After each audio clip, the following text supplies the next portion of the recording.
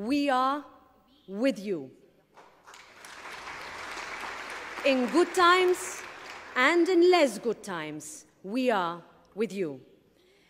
The images we have seen around the world these last horrible months have been of destruction, of death, of innocent lives torn apart, women, children forced to abandon their homes and their lives. But Europe and the world has also seen your courage and the defiance of Ukrainian families. The heroes of Snake Island are known across the globe.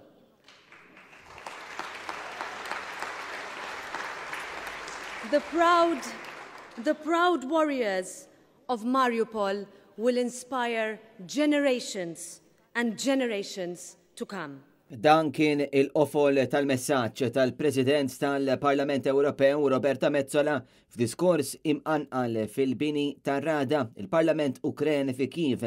Fil-messaġġ tagħha Metsola ringrazzjat l-Ukreni tal-ilqgħa u sostniet li huwa fir-responsabilità tal-kumplament tal-Ewropej li jagħtu l-għajnuna, il-kuraġġ u t-tama.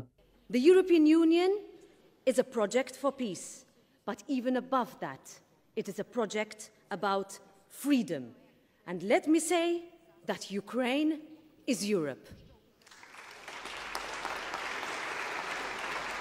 Roberta Metsola qalet li l-gwerra tal-Ukrajna hija fuq kollox gwerra mal-Ewropa u tenniet li jeħtieġ aktar sanzjonijiet fil-konfront tal-Kremlin. Hija qalet li l-Ukreni qatt ma ridu l-ġlied u qatt ma provokaw biex jiġri dan u minħabba dan il-konflitt numru ta' familji spiċċaw infirdu u jinsabu mifruxa man-nazzjonijiet l-oħra Ewropej. In the words of your national poet Taras Shevchenko, keep fighting. You are sure to win. You have the courage.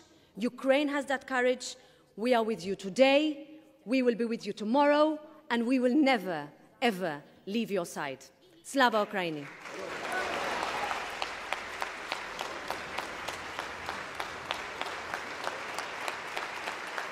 James Aronellu, Net News.